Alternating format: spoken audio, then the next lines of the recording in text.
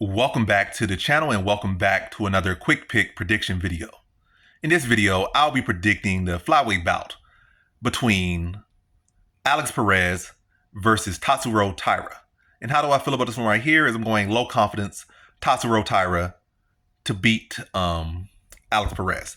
And this is actually a very, very competitive fight. I think by the time the fight comes, matter of fact, even right now, as I'm making this video to release like 4 or 5 days from now, and the fight's like a little more than a week from now, I think people know that this is a tight matchup. And I think by the time the fight does happen, or probably leading up to the fight, like a couple days or the day of, I think the odds going to be very close. And I think they could even shift to Alex Perez. Matter of fact, I don't know if he's a favorite or a dog right now. I haven't even looked, but I know the odds probably pretty close. I think at most it's going to be minus 200, at most. In reality, it should be like minus 150 or like below that, not nothing higher. And I wouldn't be surprised if Taira is the dog. In my opinion, should be the dog based off Perez's last performance. But yeah, I'm going Tatsuro Taira. I can't just shift based off, one win versus like a, 2, 3, 4, 5 losses. Probably less than that. I'm probably exaggerating a little bit, but he has lost a couple times getting sub. Perez has, Pantoja. I think didn't Pantoja submit him twice? No, I think Pantoja submitted him once, maybe twice. Maybe he did submit him twice. Nah, Pantoja probably submitted him once.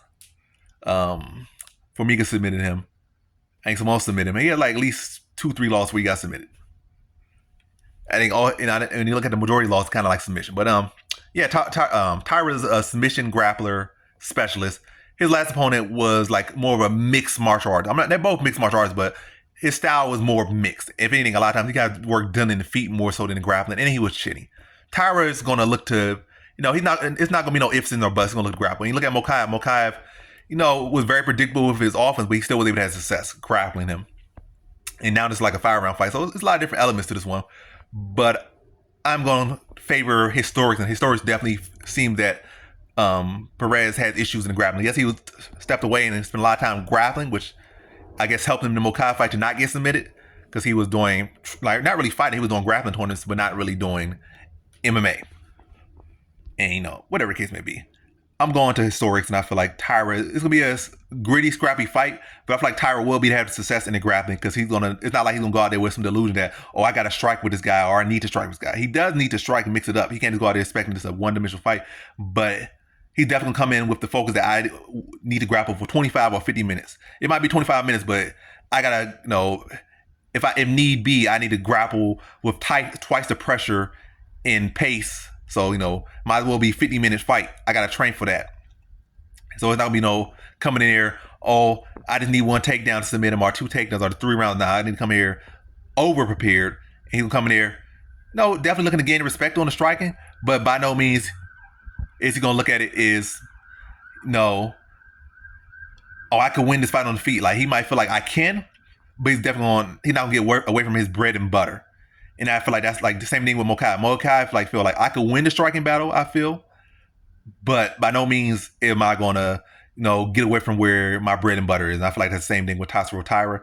And I feel like he's going to be able to create scrambles, mixing the takedowns, and make it a very gritty, scrappy, scrambly fight.